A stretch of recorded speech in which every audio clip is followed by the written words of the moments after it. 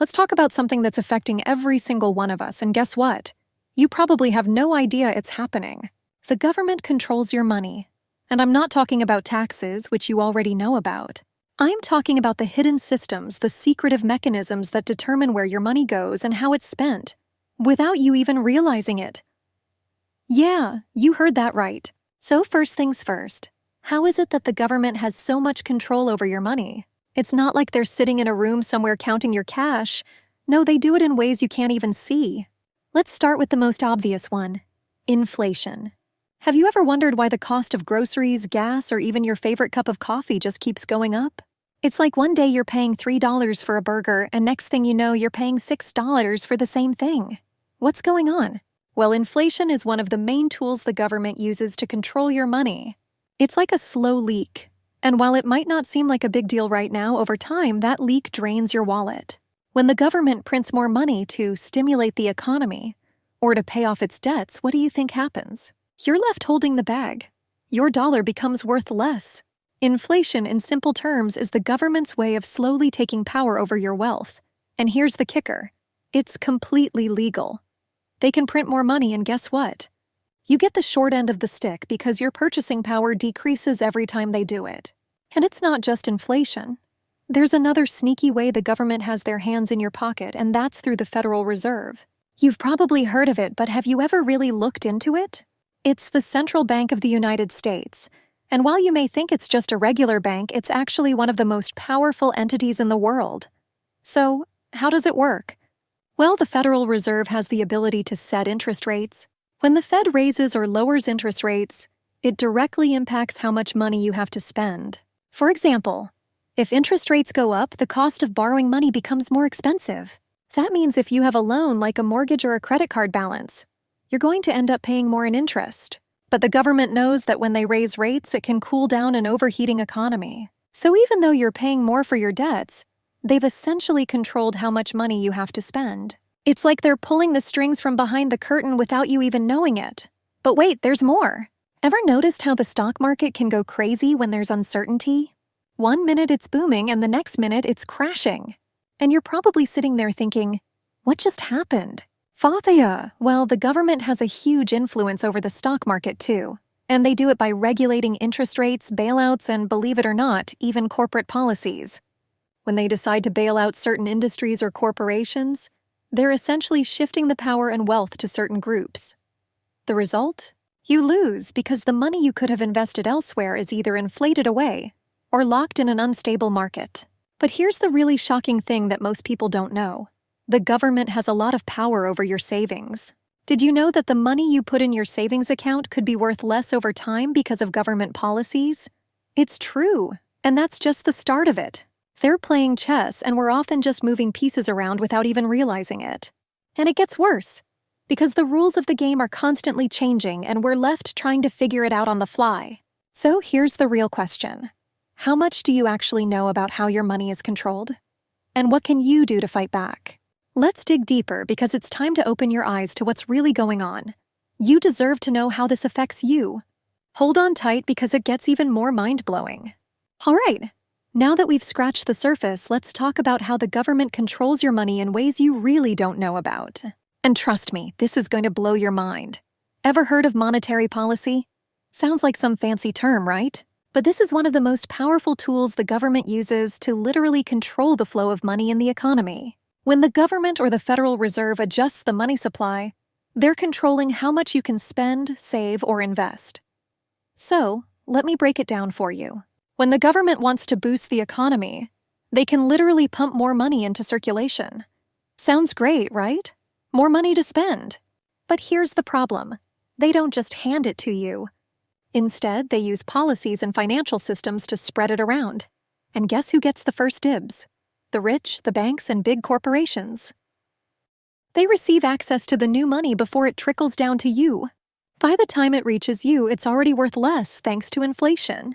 And here's something else you're probably not thinking about: the government's tax policies. Do you think taxes are just about paying the government? Well, think again. Taxes are another tool of control. The way taxes are structured affects how you spend your money. Property taxes, capital gains taxes, and even sales taxes influence how much you can invest or save. They incentivize you to spend money on things that help the government, while discouraging you from saving or investing in ways that can actually grow your wealth. Think about your retirement savings for a second. 401ks, IRAs, pensions, everything related to how you plan to live comfortably in the future. The government is deeply involved in how all of that works. They set the rules on tax-deferred contributions, limits on how much you can contribute, and even decide when you'll be taxed on those savings. And what's their ultimate goal? To make sure you don't just build wealth for yourself, but also to keep money flowing into the government's coffers. Let's take a moment to think about debt. Everyone's heard of the government running up national debt, right? Well, you're probably thinking, why should I care about national debt? I'm just trying to pay off my own bills. But here's the reality. The government's debt is your debt.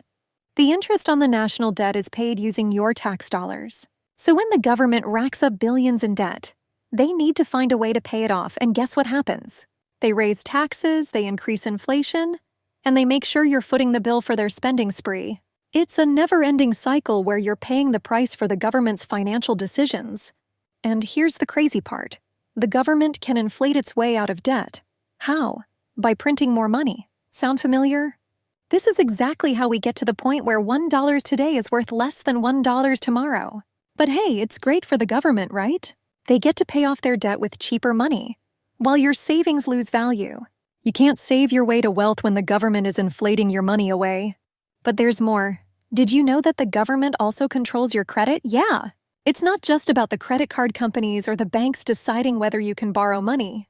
The government, through policies and regulations, indirectly controls the cost and availability of credit. For example, during economic downturns, the government might lower interest rates to make borrowing cheaper so people spend more. But guess what happens?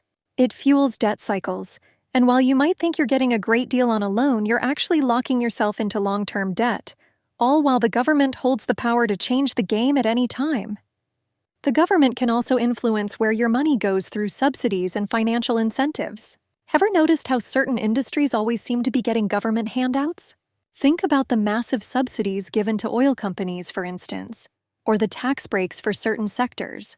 They're not just rewarding companies, they're literally guiding the flow of capital toward the industries they want to thrive, while leaving others to fend for themselves. So while your savings are getting eroded, the big players are benefiting from government-backed opportunities to keep expanding and collecting wealth. And guess what? This isn't just limited to rich corporations.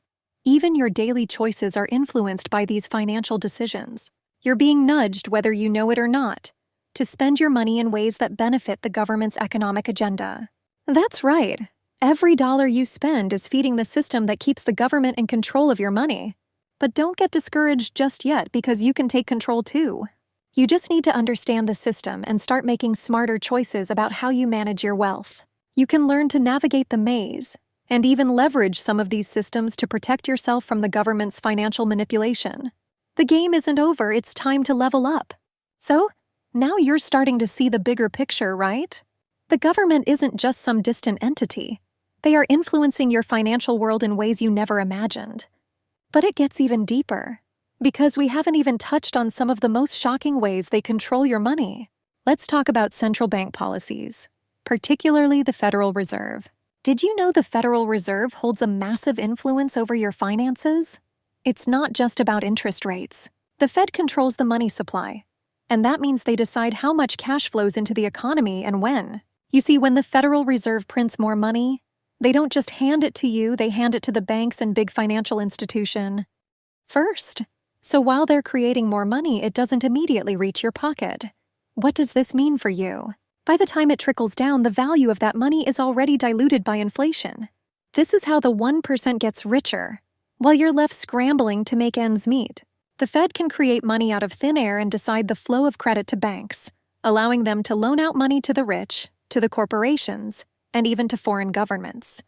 But you're stuck with rising costs, higher interest rates, and less purchasing power. The rich get to take advantage of low interest rates while you get stuck with the debt. But here's something even more mind-blowing. The Treasury Department and the Federal Reserve often work hand in hand. When the government wants to fund its programs, it borrows money by selling bonds. And guess who buys those bonds? The Federal Reserve. But wait, it gets better. The government then uses the money from those bonds to fund projects like infrastructure, military spending, or stimulus programs. And when the Fed buys those bonds, guess who gets the profits from the interest? That's right, the Federal Reserve. But what does that mean for you? Well, when they print more money to pay for these bonds, they're essentially stealing the value of your money little by little. The more they do this, the more they control your wealth. Let's dive into one of the most subtle yet effective ways the government controls your money: the tax system. Now, taxes are one thing, but have you ever thought about how taxes can change the behavior of entire markets? The government uses taxes to push us towards certain investments or industries. For example, they offer tax breaks for homeownership, tax incentives for renewable energy, and even tax deductions for charitable giving. While these can seem like great perks, they're essentially the government's way of steering your money into areas that support their policies. They want you to spend and invest in the ways they find beneficial. But what if that's not always in your best interest? Take capital gains taxes, for example. The government taxes your profits on investments like stocks, real estate, or mutual funds. Now, if you sell an asset and make a profit, you're taxed on that gain. But there's a catch: the government decides how much you pay. If you hold on to an asset for a long time, they might tax you at a lower rate, but if you sell quickly, they tax you at a higher rate. This is a direct manipulation of your wealth, telling you when and how to cash out your investments, basically forcing your hand on how you manage your own money. Here's another way the government directly impacts your wealth. They control the banking system. You might think your money's safe in the bank, but the reality is, the government is pulling strings from behind the scenes. Ever heard of fractional reserve banking? It's a system where banks are allowed to loan out more money than they actually have in deposits. Sounds crazy, right? Well, the government sets the reserve requirements. So if they decide to loosen those requirements, banks can lend out even more money, leading to a rise in debt. While that may seem like a win for those borrowing money, it's another hidden way the government controls wealth. More loans, more debt, and more inflation, all leading to less money in your pocket. Oh, and let's talk about your retirement accounts. It's not just about saving for the future. It's about how much the government takes out of your retirement through taxes. Yes, your hard-earned retirement savings are being taxed, and not just once. You think you've got a nice nest egg saved up, but what about the taxes that will hit you when you start withdrawing? And don't get me started on Social Security. You're paying into a system that's not even guaranteed to be there when you retire. But guess what? The government still takes your money to fund that system. And while they promise benefits, they control the rules on when and how you get them. Here's where it all comes together. Whether it's inflation, interest rates, taxes, or banking policies, the government has found a way to weave itself into every part of your financial life. They're pulling the strings, and most people have no idea how much power they actually have over our money. But here's the kicker: you don't have to be a puppet in this game. Knowledge is power, and by understanding how these systems work, you can take back control. The first step is realizing that the government isn't just a bystander in your financial world. They're the ones setting the stage. And by knowing the rules of the game, you can start to play smarter.